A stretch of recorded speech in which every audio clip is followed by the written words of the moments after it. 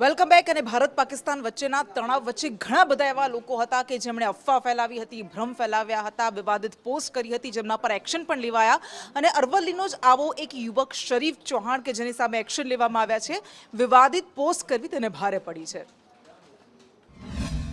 જે આરોપી છે શરીફન મિયા નબી મિયા ચૌહાણ, જે બાયડ ખાતે રહે છે, તેણે પોતાના ફેસબુક એકાઉન્ટની અંદર પ્રધાનમંત્રી શ્રીની એક જે વિડીયો છે એડિટ કરેલો એ પોસ્ટ સ્વરૂપે મૂકેલો અને એની અંદર ભારતીય સેનાએ જે અદ્ભુત પરાક્રમ દાખવ્યું છે એની અંદર ભારતીય સેનાનું મનોબળ નબળું પડે, આ ઉપરાંત ભારતના જે નાગરિકો છે એમાં ભય અને ગભરાટ પેદા થાય એવી ઈચ્છા શક્તિથી અને મલિન ઈરાદાથી આ જે પોસ્ટ મૂકેલી, જે અનુસંધાને જે આરોપી છે એના વિરુદ્ધ બીએનએસની વિવિધ કલમો નીચે ગુનો દાખલ કરવામાં આવેલો છે અને આરોપીની તાત્કાલિક ધરપકડ કરવામાં આવેલી।